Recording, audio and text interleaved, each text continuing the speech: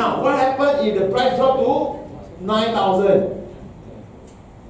This is what happens the next month, right? So far, okay now. Anything more? Donate. Anything below, how? Go and collect back money. No. Who want to give you? This is what happens if it's below. After announced, straight away drop to 9,000. Okay? No need to donate. Definitely, because you are losing. Your purchase price is 10,000. You're at 9,000 now. In fact, you are losing money, right? You can keep and wait until it becomes 10,000 again. You can still keep. This example in the slide is 12,000, right? So after that, they only managed to sell 10 days later at 12,000. So they have to donate away the 1,002. Alright, let's talk about risk and return. What's the difference between risk and return? This is what I mentioned just now. The higher risk is on equity, balance, fixed income, money market. Okay, this is the ratio thing. The higher return, you expect higher risk involved. Fundamental or investment. Higher risk, you want higher return. Okay? Now you know what are the risks involved in your trust. Country risks. What is country risk? You invest in foreign country. Right? You don't know what will happen to the country, right? Then the stock market risk is higher. The investment in Malaysia only, there's no exposure to foreign country. So that's why the risk don't have. If you buy Malaysia fund, no foreign country risk. How about currency? Currency. Also no problem. Why you only play in Ringgit Malaysia? You don't go to US dollars or Sing dollars or Australian dollars. So if you have overseas funds, you will have to buy foreign currency. You have the foreign currency exchange rate risk as well. It can be worse or it can be better for you. Okay, those are the currency changes. The other one, interest rate risk. This one, all company also affected. Why? Bank negara control the interest rate. They increase up interest rate. What happened? You think market going to be better or worse if I increase the interest rate? Normally what? Worse. Why? Cost is going to be more expensive. The business people have to pay more money for the interest. Right? Their loans. Normally business do loans, right? They take a bank loan and then do business, right? Their interest higher, they have to pay more charges, so profit lower. How about specific security risk? This is where you buy specific companies. Let's say you buy one company, furniture company, and then the furniture company maybe got a business problem. All the furniture cannot be sold because now everybody go plastic. So no more furniture, no more wood, so they will be affected. And only those furniture companies selling wood are affected. Those selling plastic may be good business. So they are all different companies. So all specific security means specific company or specific product. Currency risk done. Non-compliance most of the time is the Sharia law. Okay? The Sharia compliance is there. Okay? And credit risk. This is where you borrow money, right? And a company cannot pay you back. This is normally on a bond market. Because bond basically borrowing and lending, right? And the company, they issue the bond, they borrow money from you, they cannot pay you the interest as well as pay you full amount at the end of the maturity. And manager risk is the manager. They decide right or wrong, buy or sell. They are not able to predict all the time correct. Sometimes they make mistake. So the risk is always there. Okay? And market risk, stock market up and down, very standard. And the last one, liquidity. Liquidity means you are able to sell off the investment at a very good price and easily. So sometimes you buy a share, the share nobody buy, nobody sell, and you got problem taking back your money. So that is the risk on the liquidity. Let's talk about income distribution. Income distribution, when we talk already, right? It comes from your realized capital gain, from the dividend received, the interest income you receive, and other income that the investment received. So those are all under capital gain and income received. Capital gain realized is when you buy and you sell the shares. If you make more money than you buy, it's called realized capital gain. If you sell lower than you buy, it's called realized capital loss. Now, capital gain, other income received, realized capital gain from the investment. So after deducting all the money, whatever they have, they can distribute out. So now, income distribution. Now, some people got this smart idea. Now they know the company going to announce distribution, let's say end of April, right? 30th of April, they're going to announce distribution. So what people say, hey, why don't you buy now before they distribute? You buy now. So at the end of April, May 1st, you receive the distribution. So good news, right? You put 10,000, then you get some money back, maybe 3%, you got extra 300 ringgit. Good idea, no? Smart idea, isn't it? But does it really work like that? No. There's no such thing as give you extra money out of nowhere. Your 300, they give to you, tomorrow become 9,700. They take your own money and return back to you. That's why a lot of people thought the distribution is income. They are not. That's why it's not dividend. Dividend are extra money coming in. Distribution are not extra money. They are your own money returned back to you. So those are things that you need to remember very, very clearly. Alright? And those are the meaning. Buy distribution, which means they will try to buy before the company announce the distribution. No difference. Either you buy before or after, no difference. Because the prices are calculated on daily basis already. Daily NAV, up and down, already inside. Okay? And distribution equalization is where they distribute back any accumulated money where there is differences. They will keep into the pool at the end of the financial year, and they will distribute back to all the extra money back to all the units. So you may have some small amount of money for each investor. That is the distribution equalization. Okay, let's look into the buy distribution calculations. Now let's say, for example, the investor invested in January, then after the end of December, the company announced a distribution of 4.7 cents. Okay? So if you think that the buy distribution just before they announce is good news, then you start invested on 28th of December. Then 29th December, 30th December, 31st December, the company will close the account. They will give the units whoever name inside. So you will get 4.7 cents returned back to you on the next day. The company have units of 72 cents each. 7263, correct? Per unit, you are invested of the working money. Remember the full money invested, 10,000. You got 13,768 units. So that's what you get. And then the company say, hey, for every unit you have, we'll pay you 4.7 cents. So 0.047 times the number of units of 30,000. You will get $647 coming to you. So if you have you say payout, you get a check of $647 ringgit. The check is going to come to you. So okay? Because why they declare 4.7 cents per unit? You have 13,768 units, you get check of 647 ringgit. So in this case, your next day or immediately after distribution payout, the system will calculate your unit price is 7263 minus 4.7 cents. It becomes 6793 cents per unit immediately after payout. So okay? Because why? Your money returned back to you. Your 1 ringgit today return you 10 cents, immediately become 90 cents. Alright? So this is the actual case. So the immediately after paying out, you got 6793 times your existing unit, you got 9352. So you have the 9352 money, and then you have your $647 check, right? Divided by the unit price the next day, which is 6793, you got 952 units more. At the end of the day, 4721 times your 67 cents, you still get back your 10,000. So the day before, the day after cannot be any difference. You just understand this clearly. There's no such thing as extra money for you tomorrow. Who gave you the extra money yesterday night? No such thing, right? You understand? You have 10,000 today, tomorrow distribution payout total must be still 10,000 ringgit. No more, no less. Clear? Distribution payout, you can get a check of 647, but your units remain the same as 30,000. But you reinvest, you get back more units, cheaper price.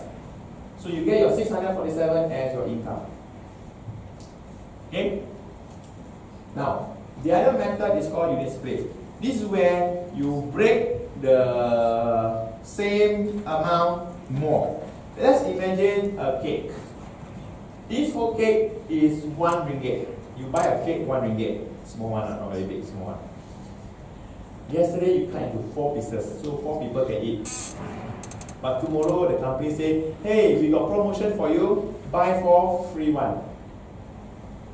So what happened? The company cut 5 pieces. And it's still 4 ringgit, 1 ringgit. And you are so happy, now you got 5 pieces of cake. But you notice the cake is slightly smaller. Because why? The cut 4 and cut 5 looks like similar size but smaller a bit. And the price is buy 4, free 1. They end up, you times all the 5 pieces together, is still 1 ringgit. Hey, why they do all this? The main reason is to reduce the fund price. If not, every year increase, the fund can make 1000% return over a long period. So your $1 becomes 10 ringgit. Do you want to buy a fund that's 10 ringgit? You say what? Expensive, right? So normally, the reason why they have unit split and distribution is to lower down the unit price within the maybe less than $1. They maintain that ringgit value to be less than 1 ringgit, so everybody can buy more units. Okay, so in this case, the total value still remains at 1 ringgit. The only thing that you got more units, and every unit drop to 20 cents, cheaper already.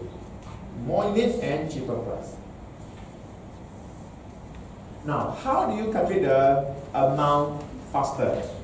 Just remember, when the question says split 1 for 4, which means every 4 you get 1 free. How? 1 divided by 4, 1 quarter. Okay?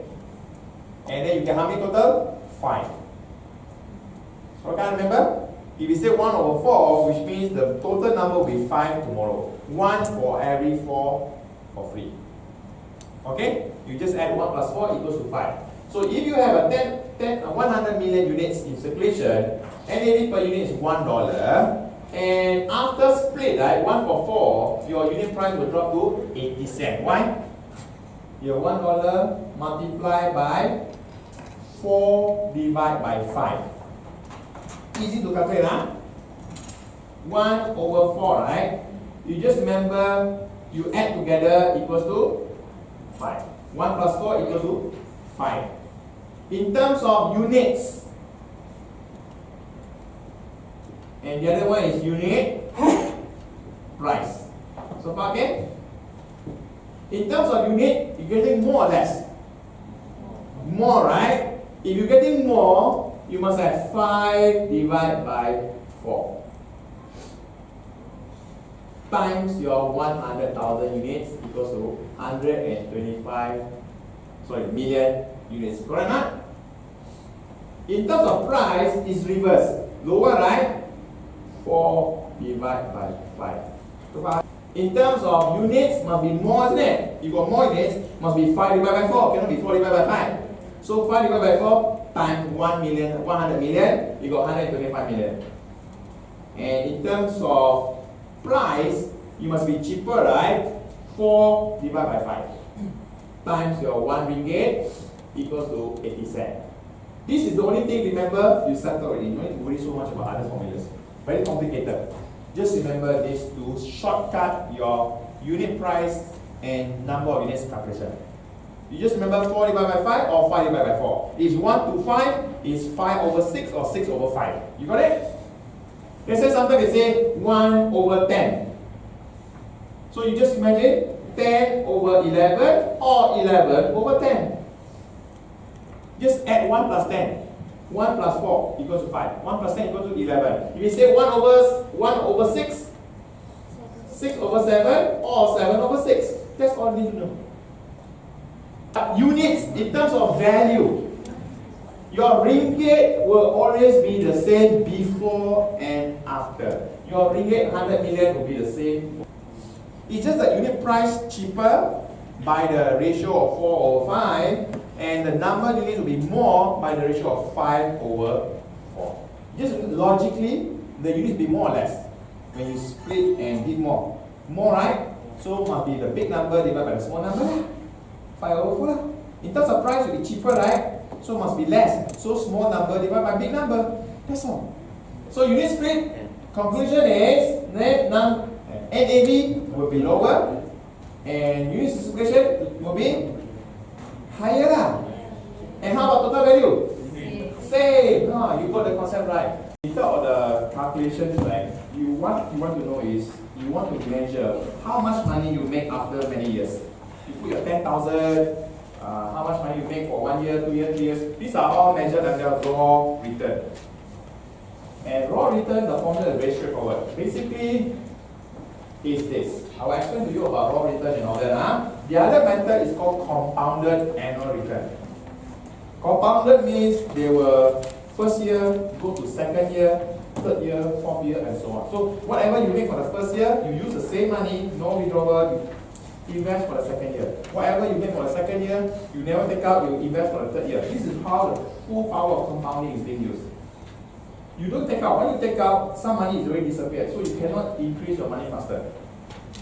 And the benchmark and performance table, I will just show you, this is what they use to see whether the fund is doing better or worse than the benchmark. The benchmark will normally talk about the market, the KRCI is a benchmark. FBM 100 is a benchmark. So our fund, is it making better returns than the benchmark or less returns than the benchmark? It's just like a measurement on a tool to see whether better or worse than the benchmark. The performance table is what you get in your reports. 1 year return, 3 year return, 5 year return, and so on. Okay? And the risk measures is the volatility, how volatile the return is. The more up and down the graph, the higher the volatility. So bond fund, money market fund are very low volatility. Okay? And the next one is consistency. Are the returns consistently on a yearly basis or not? So normally money market and bond fund are quite consistent, 3-4% per year, very consistent. Whereas equity funds can be very high in the first year, next year market crash, be negative, then the third year maybe flat. So those are all very volatile numbers.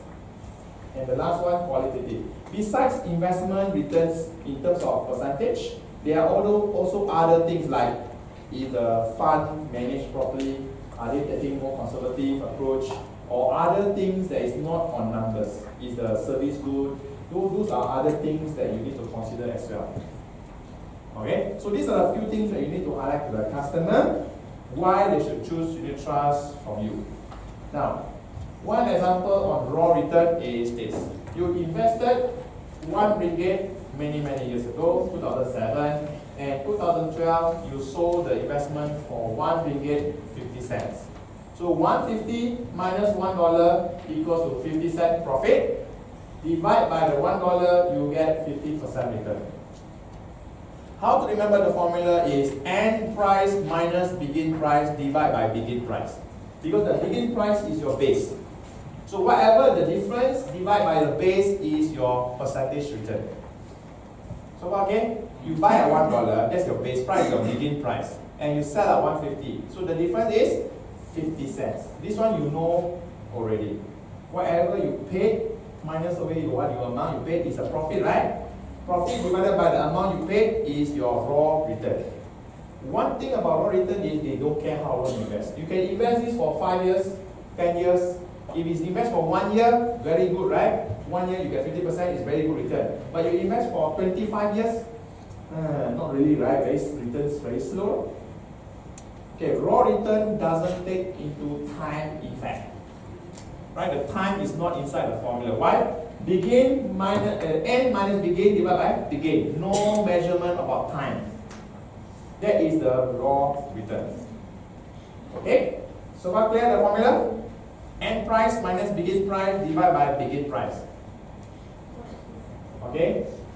Now, next one is called the annualized return. Some people use the short form CAR, compounded annual return, or some writing will say CAGR, compounded annual growth rate, or short form annualized return. All means the same, which means they divided the raw return by the years. So the more the years, the smaller the number to get the percentage.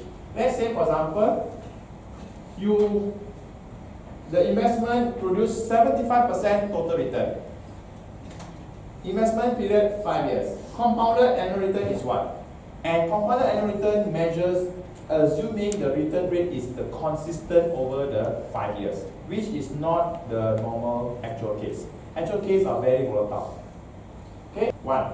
Capital investor is 100,000, which means your begin price for the present value is 100,000. Your profit is 75. Your future value is 100 plus 75 profit become 175. You get end value. So okay, end value is 175,000. So end value is also known as a future value. Begin value is also known as present value. In the formula, they use future value, present value. But to me, sometimes it's very confusing. The present value can be 5 years ago, and the future value can be today. So that's why some people confuse what they're talking about. So to me, I always talk about begin and end. So begin, you know when it started, end, you know when it ended. That's it. As simple as begin and end. But the formula they always use is this. Future value, present value, 1 plus I power of n. So this is a formula that is given in your notes, and you have to remember this formula correctly. Future value equals to whatever the money in the future equals the present value right now, how you started, multiply by 1 plus I. I is the annualized return. Power of n. N is the number of years invested. So in this case, is 5 years. The I is the amount that you need to calculate. The future value is the end value, right? That is 175,000. Right now you get 175,000. But 5 years ago, you entered at present value, which was the begin value at 100,000. So you just remember future value, present value, 1 plus I power of n. N is the compounding years, 1 year, 2 year, 3 year. In this case, it's 5 years. So okay, future value is the n value equals to the present value, which is the beginning value, power of 1 plus I power of n, and 175 divided by 100,000, you got 1.75. Solve the equation here. Yeah, better if you have scientific calculator. You put in the calculator like this, 1.75 equals to 1 power and 1 plus n power of 5, right? To solve the I, you must have the 5 root here. So you get something like this. Because this is power of 5 on this side, right? You root 5 here and root 5 here, you got equals to 1, so you got like this, and here become root 5 now. Okay, how do you get root 5? So your scientific calculator, you need to use this one. The x is the 5. So it can be root 7, root 10, and so on. So the x equals to root 5. So you solve the equation, you got the root 5, you got 1.1184. Then 1 plus I, you solve, you got 11.84. Okay, this is what a performance table looks like. Performance table will be something like this, 1 year. So this is a table, 1 year return, 3 years return, 5 year return, and so on. So this is what you see inside your quarterly fund review. And the other one is called a benchmark, where they measure the performance of the actual fund versus the benchmark. Other formula you need to remember is portfolio turnover ratio.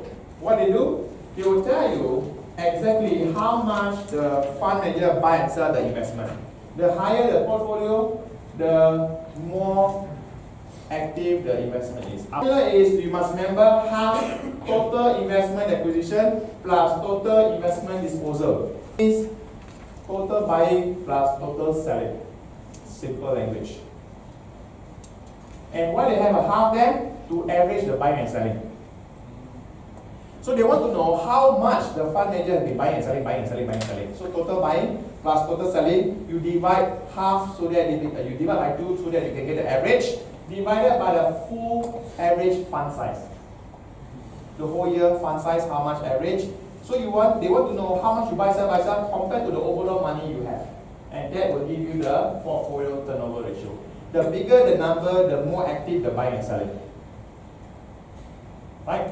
This formula you have to remember. Just half buying plus selling divided by the average total fund size. Example, During the year, the fund manager balance sold investment of 1.2 million and buy additional 832,000. Average fund size is 4150 million.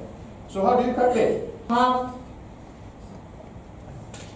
times 12767 plus 832 divided by 2 divided by 4150. That's 0.25 times. Basically, it means the fund manager only used 25% of the money for that year, buying and selling. The other 75% are keeping and waiting only. They buy and hold.